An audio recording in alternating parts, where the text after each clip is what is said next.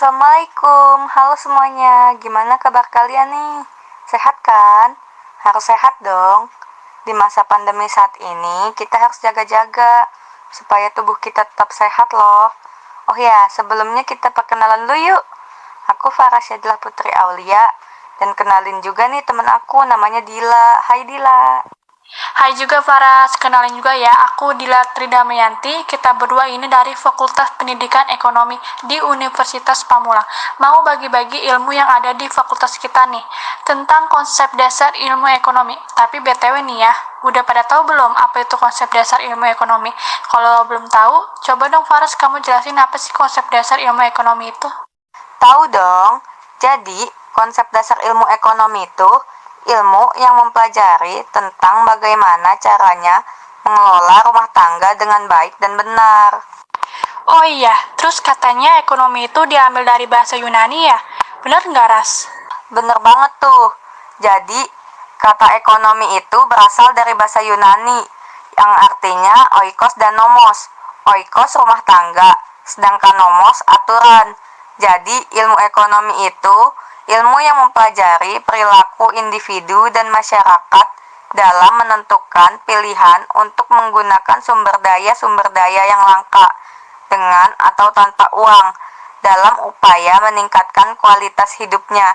Selain itu, ilmu ekonomi juga ada pembagiannya juga loh. Mau tahu nggak ada apa aja? Nih, aku kasih tahu deh. Ilmu ekonomi itu terbagi menjadi 3 macam, yaitu ilmu ekonomi deskriptif, ilmu ekonomi teori, dan ilmu ekonomi terapan. Nah, yang mau kita bahas sekarang itu ilmu ekonomi teori dulu, yang nggak Dil? Nah ya, di ekonomi terapan tuh kan ada 2 macam, yaitu ekonomi makro dan ekonomi mikro. Yang pertama aku mau jelasin tentang ekonomi mikro dulu ya. Jadi ekonomi mikro adalah bagian ilmu ekonomi yang menjelaskan tentang bagian-bagian kecil dari keseluruhan kegiatan perekonomian. Ekonomi mikro ini meneliti bagaimana keputusan dan perilaku tersebut dapat mempengaruhi penawaran dan permintaan atas barang dan jasa, akan menentukan harga dan bagaimana harga pada gilirannya dapat menentukan penawarannya dan permintaannya atas barang dan jasa selanjutnya. Tujuan dari ekonomi mikro adalah menganalisa pasar beserta mekanismenya yang dapat membentuk harga secara relatif kepada produk dan jasa yang ada, dan mengalokasikan sumber yang terbatas di antara banyak penggunaan alternatif pemenuhan kebutuhan. Oke, sekarang aku bahas tentang ekonomi makro. Ekonomi makro merupakan salah satu bidang dalam ilmu ekonomi yang menganalisis kegiatan perekonomian secara menyeluruh. Nah, kegiatan perekonomian secara menyeluruhnya tuh yang dianalisis apa aja sih kalau boleh tahu?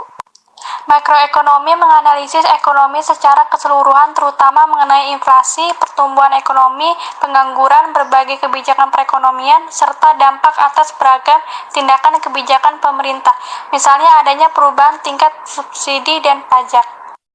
Oke, berarti setelah kita menganalisis kegiatan perekonomian secara menyeluruh, dalam ekonomi makro juga ada yang namanya prinsip, tindakan, dan motif ekonomi.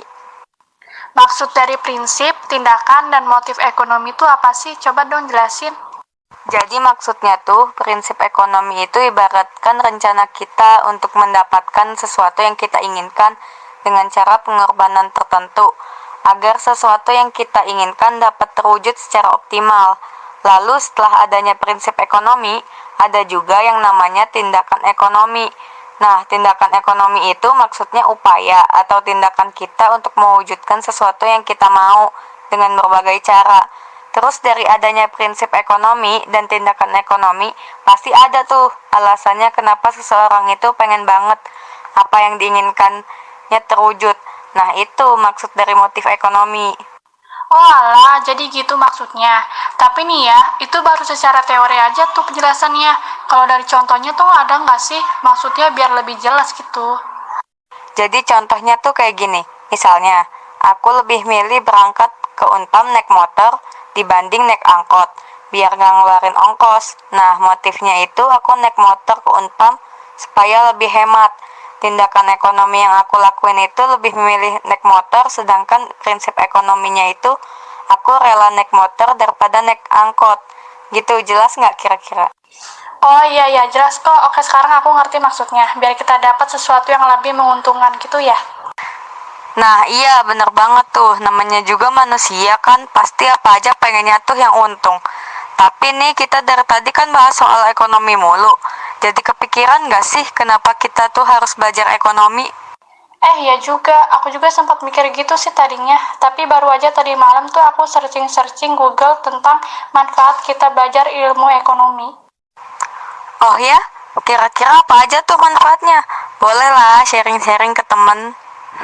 Jadi gini Ras, manfaatnya tuh bisa untuk memperbaiki cara berpikir untuk mengambil keputusan, membantu memahami masyarakat, membantu memahami masalah-masalah internasional, dan juga bermanfaat dalam membangun masyarakat yang demokrasi.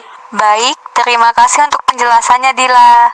Sama-sama Faras, terima kasih juga Faras, dan terima kasih untuk para pendengar yang udah setia dengerin podcast kami dari awal sampai akhir. Mohon maaf apabila ada salah-salah kata dan informasi yang kami sampaikan. Assalamualaikum warahmatullahi wabarakatuh. Sampai jumpa di pertemuan selanjutnya.